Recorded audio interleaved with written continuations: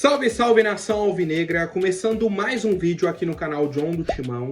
Então se você tá chegando agora, já deixa o seu like, se inscreve pra gente bater a meta de 110 mil inscritos. Conto com a colaboração de todos, vamos pra cima e vai Corinthians, uma ótima sexta-feira, né, pessoal aí que me acompanha, peço que me acompanhe nas redes sociais também, tá, Instagram, TikTok, Kawaii, Twitter, todos os links aí embaixo na descrição, e para quem puder se tornar membro do canal John do Timão, oportunidade bacana, né, tem explicação aí de todas as vantagens, tem o videozinho de abertura e tudo mais, tem o link aí embaixo, né, fica na descrição, fica o botãozinho embaixo do vídeo também, seja membro. Então aproveitem, vamos pra cima e vai Corinthians, tá? Editor, pode rodar a vinheta.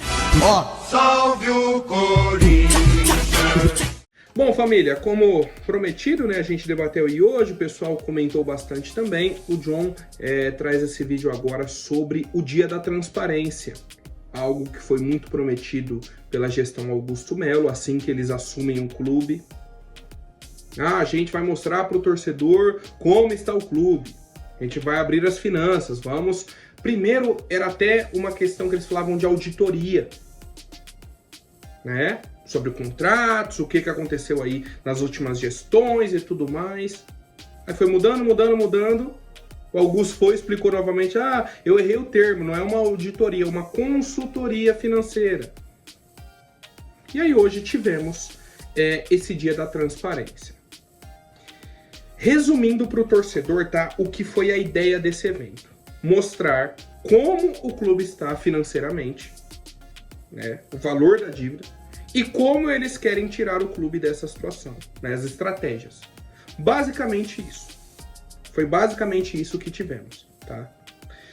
Já vamos entrar nesse quesito, né, para o torcedor ter esse panorama, entender o que aconteceu. O primeiro slide da apresentação era sobre a evolução da dívida do Corinthians. A gente fecha 2020 devendo 1,5 bilhão, fecha 2021 devendo 1,620 bilhão, né? Então o Duílio assume em 2021, a dívida subiu 61 milhões. De 2021 para 2022, né, ele fecha 2022, aumentaram 144 milhões de reais na dívida. De 2022, fechando 2023, ele entrega um Corinthians com uma dívida de 1 bilhão e 900 milhões, 970 milhões mais ou menos. Ou seja, ele pegou com 1 bilhão de reais e 500 de dívida, entregou com 970, praticamente 2 bilhões. Isso valores aí que foram passados pela gestão do Duílio. Só que eles não estavam contando com um passivo fiscal não provisionado. Não estava na conta. Isso somam mais 220 milhões. Ou seja, hoje, né, quando o Augusto Melo assumiu o Corinthians, a gente já tinha uma dívida de 2 bilhões 189 milhões de reais. Foi assim que o Duílio entregou o Corinthians para a gestão Augusto Melo. A minha primeira pontuação, né? Primeiro ponto de reflexão sobre tudo isso. O Duílio bateu na tecla, mas falou. Lembra quando estava acabando a gestão dele? Ele fez uma entrevista, escolheu 5 jornalistas, 5 ou 6, não lembro agora, que ele ia responder sobre tudo, ia explicar a situação do time. E o que ele sempre falava era, na minha gestão, o título é pagar dívidas. A gente não ganhou títulos em campo. Os títulos da minha gestão é o pagamento das dívidas. Aí eu te pergunto, como ele assume o clube com uma dívida de 1,5 bilhão, entrega com 2 bilhões e 200 mais ou menos? Que título é esse que você aumenta em 700 milhões a dívida de um clube? Que título é esse? Certo?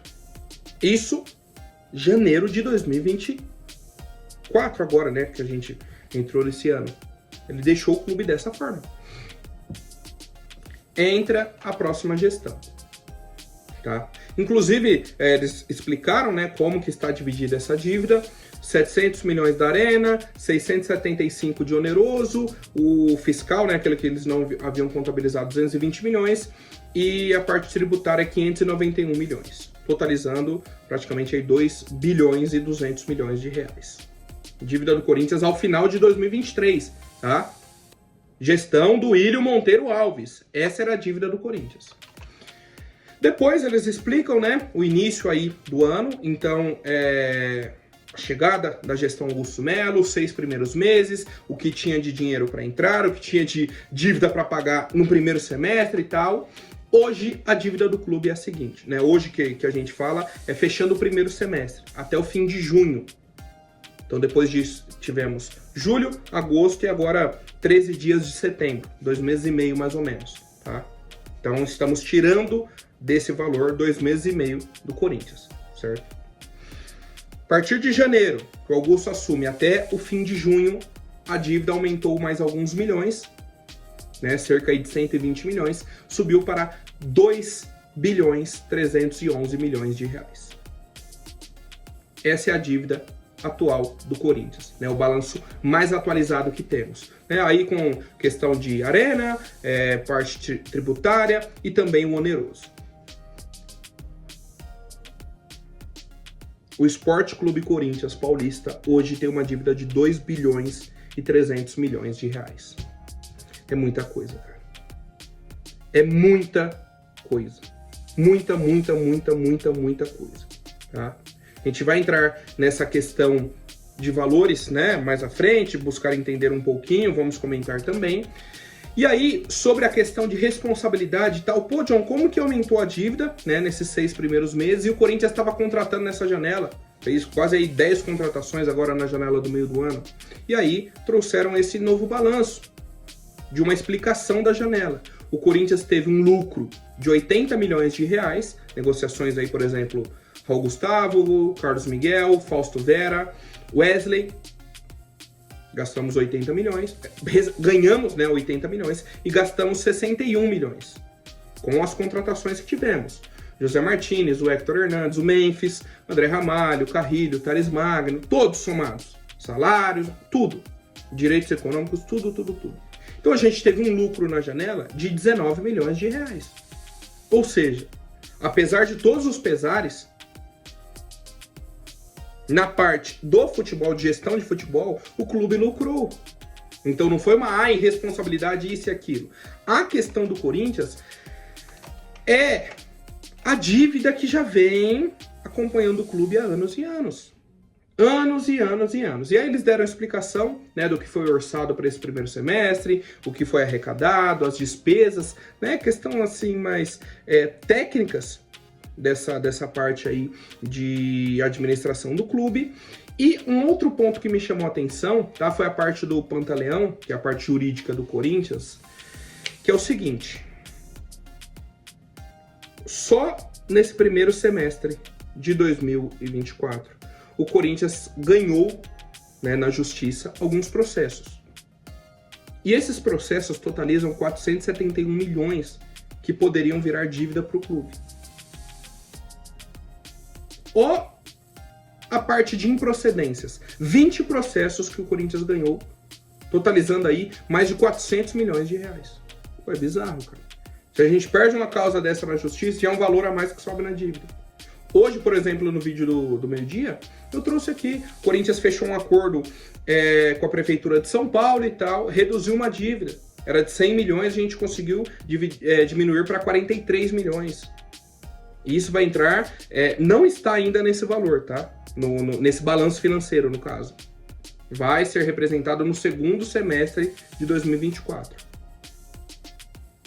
Já é uma situação positiva, já é um valor que estava contabilizado e a gente consegue uma redução, beleza, mas ainda não resolve o nosso problema. E no mais é isso, tá? No mais é isso das despesas, né? Eles deram alguns detalhamentos, ajuste contábil, isso, aquilo, ok. E aí, foram para as perguntas, tivemos algumas perguntas e tal, e entraram o Fred Luz, o Pedro Silveira explicando as estratégias para o Corinthians aumentar as receitas, tá? Em 2024 e na sequência das gestões, né? Como o Corinthians vai sair desse buraco, desse problema que a gente tem hoje, Como vamos resolver isso? E aí, com o aumento de receitas, diminuição de gastos, né, um gasto mais inteligente. Foram ideias gerais que eles passaram, mas não deram um detalhamento, até porque é algo mais estratégico do clube, isso e aquilo. Cara, então agora voltando, né, para aquele valor geral da dívida do Corinthians, 2 bilhões e 300 milhões de reais.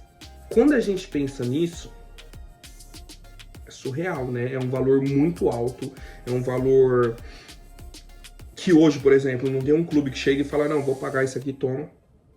É um processo árduo, é um processo burocrático, é um processo demorado. Só que a gente precisa começar. Não dá mais para fechar um ano com o clube aumentando a dívida. A cada temporada que passa, aumenta. Tem que parar isso. Tem que diminuir. De uma vez por todas, tá? Eu senti muita confiança no Pedro Silveira, no Fred Luz, principalmente, tá? Também no Pantaleão, que é o diretor jurídico. Muita confiança na forma com que eles apresentaram, na expectativa deles. Se isso vai dar certo, o tempo que vai dizer. Né? Não temos uma bola de cristal, né, para prever o futuro, algo nesse sentido. Mas a expectativa é positiva. Pontos importantes, tá, de ideias que eles trouxeram. Uma delas é a abertura de um fundo imobiliário da Neoquímica Arena, onde o torcedor corintiano vai poder comprar, né, parte das ações da Arena. Isso vai levantar um dinheiro para o clube e tudo mais. O Corinthians, obviamente, vai ser aí dono da maior parte. É até um exemplo do que teve o Bayern de Munique, né? O Bayern de Munique tem direito a 70% dos direitos da própria Arena, né? De fundo imobiliário, não de renda de bilheteria, algo nesse sentido, não.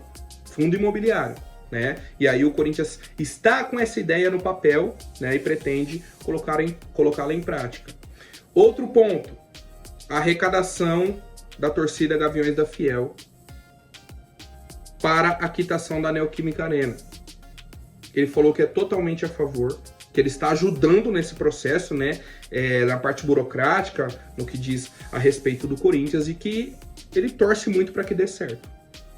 E eu acho que é uma das principais ações que a gente pode ver em 2024 e na sequência, né? Que assim, a dívida está em 2 bilhões, né? Ok. Tá num valor alto. Não dá mais para o torcedor só ficar olhando isso, porque eu já tive, né, esse pensamento, cara, mas o que a gente pode fazer? Hoje a gente vai ter uma ação, né? Não hoje, no dia de hoje, mas assim, agora a gente vai ter a possibilidade de ajudar o Corinthians de uma forma ou outra. Foi você que fez a dívida? Não foi, não fui eu. Mas também não foi o pessoal que tá ali agora, né? Esses profissionais, essa equipe agora. Estão tentando ajudar. E o torcedor vai ter que abraçar a causa, né? De uma forma ou de outra. O que eu falo, né, de expectativa desse dia da transparência, dessas revelações e tudo mais.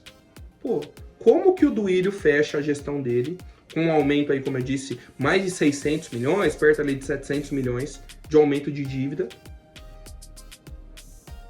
E tá tudo bem, sabe? E fecha a gestão e passa e acabou. E não acontece nada, e não tem uma explicação, não tem um porquê, não tem nada, nada. Não acontece nada, não aparece nada pro torcedor, tá? Agora eu tô falando aí, a minha expectativa como torcedor, eu acredito que seja de muitos torcedores. Que era até uma promessa do Augusto. Ah, não, vou mostrar tudo o que eles fizeram. Não mostraram. Não tivemos isso, né? O que eles fizeram? Por que a dívida aumentou em 600 milhões em 3 anos? Uma média aí de 200 e poucos milhões por ano. Na gestão do Duílio, nos últimos 3 anos, tá? Tô falando só da gestão do Duílio. As anteriores nem se fala. O Andrés fechou a última gestão dele em 2020. Ah, vou fechar um acordo do naming rights para pagar a Arena, que é uma dívida que eu tenho com o torcedor corintiano, né? Uma dívida que eu criei lá atrás. E aí eu quero resolver isso. Vender o naming rights num preço abaixo, né, daquilo que era a expectativa. E a dívida hoje da Arena é de 700 milhões. Pô, como que você resolveu o problema? se a dívida está em 700 milhões? E digo mais, na época que construíram a Arena, o Corinthians pegou em torno de 500 milhões de reais emprestados. 10 anos atrás, cara. 10 anos atrás. Hoje a dívida que a gente tem, a gente passou 10 anos pagando e a gente ainda deve mais do que o valor que a gente pagou, que a gente pegou, no caso. É absurdo. Aí vem o Mário Gobi, representante, né, da chapa Reconstrução, do movimento Reconstrução. Não, porque o que está acontecendo hoje não pode, que isso e aquilo. Né, o pessoal mandou a entrevista. Eu acho que é o Ricardinho, pergunta pra ele, pô, mas e a dívida que vocês deixaram? Você fala, tá criticando tanto a gestão do Augusto, e o que vocês fizeram? Ah, mas a gente deixou patrimônio pro clube. A gente aumentou a dívida, mas deixou patrimônio. Ele, que patrimônio? Ah, teve o CT, ok, construíram o CT. Ah, teve a Arena, o Ricardinho, opa, a Arena tem uma dívida aí de 700 milhões. Como que vocês deixaram o patrimônio da Arena? Se você está devendo 700 milhões, não é um patrimônio que você tem agora. Você está devendo, faz parte da dívida, certo? É isso que não entra na mente do torcedor, porque eles não explicam isso pra gente. Como que Mário Gobi, André Sanches, André Negão e outros representantes, né, de gestões anteriores, o pessoal que está ali, criam um movimento chamado Reconstrução, que segundo eles é para reconstruir o Corinthians, sendo que quem colocou o Corinthians nessa situação, quem destruiu o Corinthians, foram eles. Foram as últimas gestões. Quem criou essa dívida, quem fez com que a dívida passasse 1 bilhão e agora ultrapassasse 2 bilhões, não é quem está agora. Não é quem tem 8 meses de gestão, 9 meses. Quem já passou pelo clube. E eles têm o caminho livre para criar um movimento chamado Reconstrução, para dar pitaco, para pedir impeachment, para isso e aquilo. Por que que não tem ninguém dentro do Corinthians se questionando sobre esse aumento da dívida na gestão do Írio, por exemplo, de 600 milhões de reais? Uma gestão que segurou a mão para contratar, não contratou em 2021, toda vez que ia contratar, segurava, e não contratava, e não renovava o elenco porque não tem dinheiro, e isso e aquilo, ficou enrolando, ia fazer negociação, é só troca de jogadores, manda 5 pro Zenit, manda metade do Yuri Alberto, porque não tem dinheiro, porque tá pagando dívida, e fecha com esse aumento da dívida. E não tem uma resposta para o torcedor, uma mínima resposta, nada, não tem uma justificativa, tá? Então, assim, esse dia da transparência hoje mostra uma luz no fim do túnel com essa nova gestão, né, e com a ajuda da torcida, mas levanta ainda mais a indignação do torcedor e a irresponsabilidade das últimas gestões que estiveram dentro do Corinthians. Esse, para mim, é o ponto desse dia da transparência que tivemos hoje, né? Para quem quiser assistir, tá completo aí no canal do Corinthians. É a análise que eu tenho, tá? Dos dados, dos valores, como torcedor também, e o nosso sentimento aí sobre o nosso Corinthians, certo? Bom, família, por hoje é isso. Tá? Mais novidades o John traz no vídeo de amanhã para vocês. Temos situações aí de mercado da bola, uma outra situação, questão da sequência do Campeonato Brasileiro, venda dos direitos de transmissão também para a LFU e muito mais, tá? Tamo junto, até mais, um forte abraço e vai Corinthians!